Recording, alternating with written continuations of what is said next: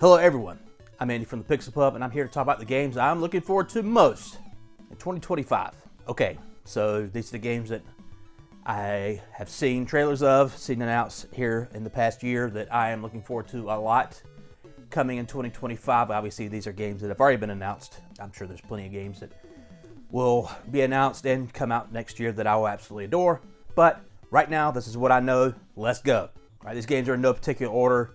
First one on the list is Trails into Daybreak 2. I have Trails into Daybreak 1. I have not played it yet, but I'm going through Trails of Cold Steel, the series right now. I'm digging in deep into Trails of Cold Steel 4 as we speak.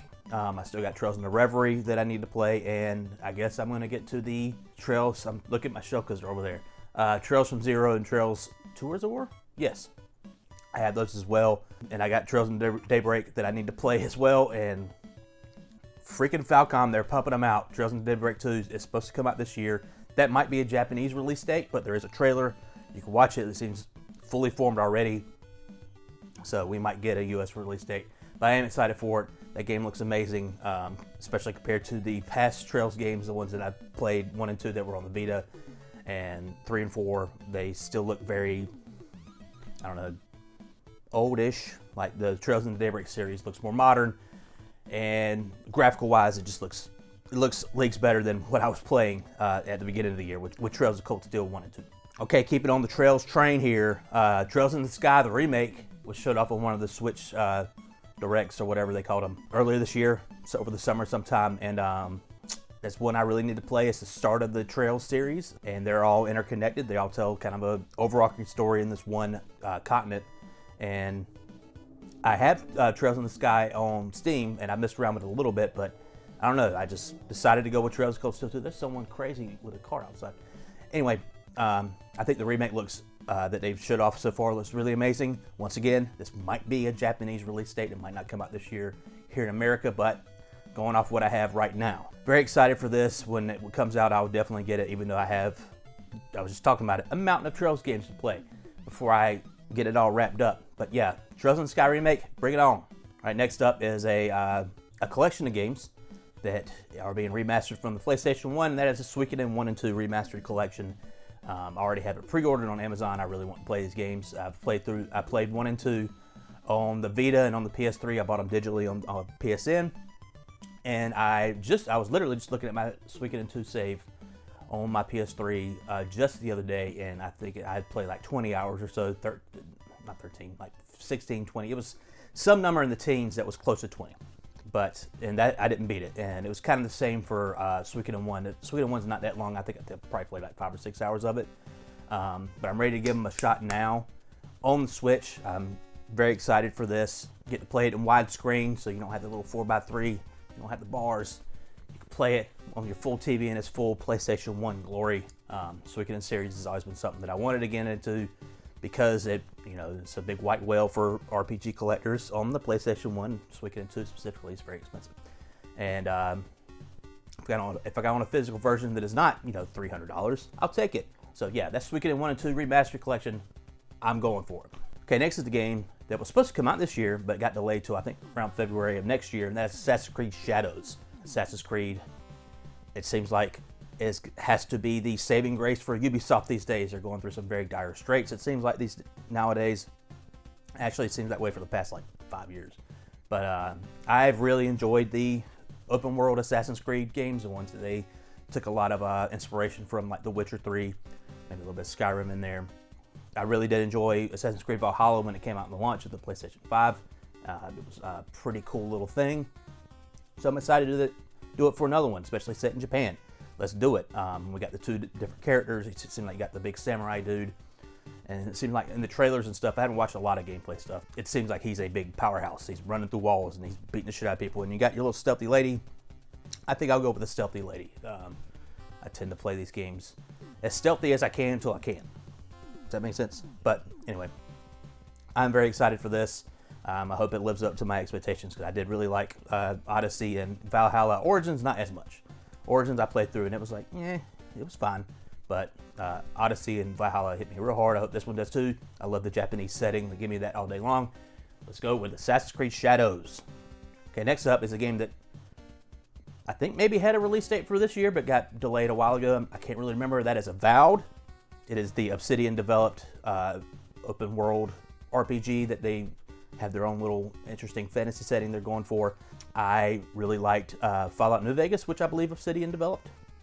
You might want to fact check me on that one. I didn't really play too much of Outer Worlds, maybe like 5 or 6 hours. It just didn't, I don't know. I think between that and Starfield, these types of games set in space just don't do it for me.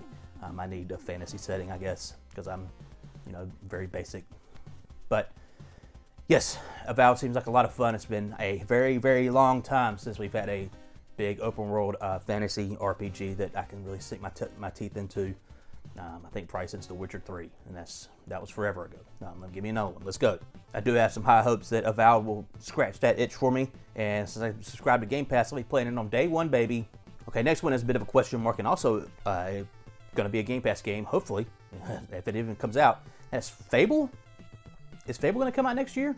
According to the internet, yes. According to me, I don't know. They've shown off little bits of it. The thing I've captured for this video says gameplay trailer, I think, but is it actual gameplay? I don't know. We'll see. They haven't talked a lot about this game, and that's a shame. I am a big fan of the Fable series. I really like 1. I really like 2. 3 was all right. And I'm ready for the next step. I'm ready to do that again with a new Fable. I'm ready to make those morality choices. I'm ready to get my Halo. I'm ready to get my horns. I'm ready to fart on people. I'm ready to be chicken chaser. I'm ready to have kids and just abandon them. It's a damn good series, and it'd be a shame that it wasn't anymore. Like this, I don't know. For some reason, I'm feeling like this game's in dire straits, as just like Ubisoft. I don't know if it's going to come out. It's just they just don't talk about it. They'll show a trailer like once a year, like, here it is. Remember this? And we're like, yeah, when's it coming? Shrug. Anyway, Fable. Will it come out next year? Time will tell. Okay, next up is a game that who knows if it will come out next year, and that is Metroid Prime 4 Beyond. They finally showed some gameplay of it. This just in the past couple months. I'm a fan of the Metroid series. I have all 3 of the Primes back there on the shelf, but my favorite one's still Prime 1. I did play the remake of it last year and had a damn good time with it. This one seems like it's going to be continuing all that fun stuff that Metroid Prime does, the big Metroidvania style world, but with a first person perspective, and your Samus running around shooting aliens, getting upgrades, turning into a morph ball, all of that fun stuff. But this is also one of those games that they announced a very, very long time ago and went dead silent on for like a decade, years, a long time, and show back up and say, hey, we're back. I don't know. Could be a good sign, could not be. This might be one of those games that is maybe a Switch 2 game. Maybe it's not a Switch game, because there are the rumors that the Switch 2 is going to be launching next year. I don't think they're really rumors at this point. I think it's just that's going to happen. But I don't know. I'm still excited for it. I do love the Metroid Prime series. Let's go for number 4. Okay, next is the game that I hope I'm pronouncing right. Is Ghost of Yotai. I really enjoyed Ghost of Tsushima, the Sucker Punch game with open world fighting off the mongrels. Action game, very fun time, very well made. And when they announced this earlier this year, I was kind of blown away. I was like, man, I was not expecting a Ghost of Tsushima sequel, but of course it did really well for them. They put out that director's cut on PlayStation 5. People seem to like it a lot. I only played the PS4 version, but I am very excited for Ghost of Yotai. That lady looks really cool in her cool hat that you can kind of see her eye underneath. It's just a fun game to play. Ghost of Tsushima was, so give me more of that in a different area of Japan. I know Tsushima was an island off the west coast of Japan. This one seems more mainland. I think you can see like Mount Fuji in one of the trailers or whatever. Let's go. I'm down for it. Let's give me all that. Okay, next up is another collection of older games remastered for modern consoles. That is the Lunar Remastered Collection. I probably said this weekend in Remastered Collection is called that. I'm not really sure. I just wrote this down on my notes app very hastily a few weeks ago. I didn't write down the actual names, and when I started doing more research, I didn't write down the actual names. But anyway, I'm rambling. Lunar is another one of the JRPG series that is completely a blind spot for me. We have Lunar the Silver Star Story complete on the PlayStation 1, complete in box. It's got all the fun stuff like the cloth map and the CDs that had the music and all that other stuff. Kathy played through Lunar Legend that we have on the GBA earlier this year, but to get me playing old games like this, you need to give me something modern that I can put in my hands and play on the big TV. That's when it shines for me. So I'm very excited to, just like Suikoden, give this series the shot it deserves. Lunar Remastered Collection. Okay, next up, it's another game that will it come out next year? Probably, but it's Grand Theft Auto 6. Of course, it's going to be on this list. It's probably on a lot of people's list for games they're looking forward to next year. I am a fan of the Rockstar games. I really like Grand Theft Auto 4 and 5. I really like Red Dead Redemption 1 and 2. I think I'm leaning more onto the Red Dead Redemption side these past couple years. But 5 was fun. I had a good time with it. And this one seems like it is just a big graphical upgrade from 5 because you're on these new consoles. You got this very vibrant neon Vice City that we haven't seen since the PlayStation 2 days.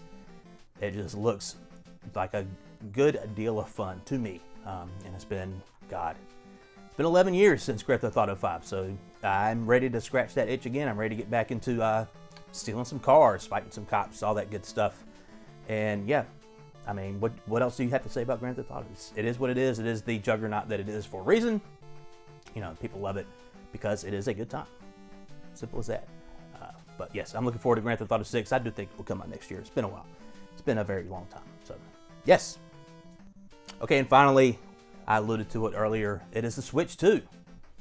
Switch 2. It seems like the rumors are maybe early announcement that it's an actual thing. They're going to show it off at the beginning of the year. Maybe a summertime release. Who knows? But yes, I will definitely get a Switch 2, whatever they call it, Super Switch. I'll get it.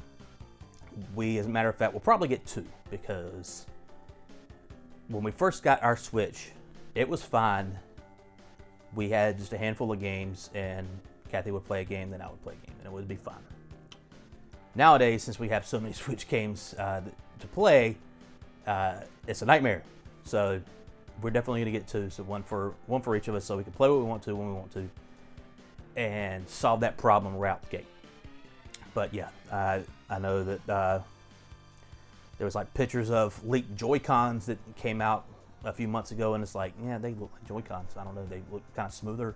And there was rumors that they attached to the Switch magnetically instead of the sliding thing. That'd be cool.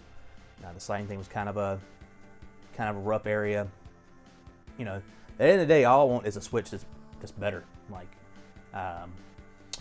playing through some Switch games that aren't, you know, smaller-ish in scope games can be kind of rough. I played through Trails of Cold Steel 3 earlier this year on the Switch, and it was a rough time. It was a rough time. There were some parts in that game where even just watching the text scroll across the screen, it seemed like the Switch was going to die every single letter because it couldn't handle what was handling, and it couldn't handle what was going on in the background with like the town or whatever I was in. So it just struggled on all aspects. So I'm ready to move past that, get something new in, and maybe be able to play something like Breath of the Wild or Tears of the Kingdom and at 60 frames a second. That'd be a good time, officially. There are ways to do that are not, legal. But also there's, I guess, it's not a rumor, I don't think, but it's like a hope that maybe the next big 3D Mario game will be like a launch title or a launch window title for the next Switch. I would love that. I love the Mario series. Super Mario Odyssey was great. But yes, another Switch. Give it to me now. I'd buy it right now, Nintendo, if you let me. Okay, those are the games I am looking forward to in 2025. If you have any recommendations or anything that you're looking forward to in 2025, please leave me in the comments below. I've been Andy from the Pixel Pub. Please like and subscribe. All that fun stuff. Peace out.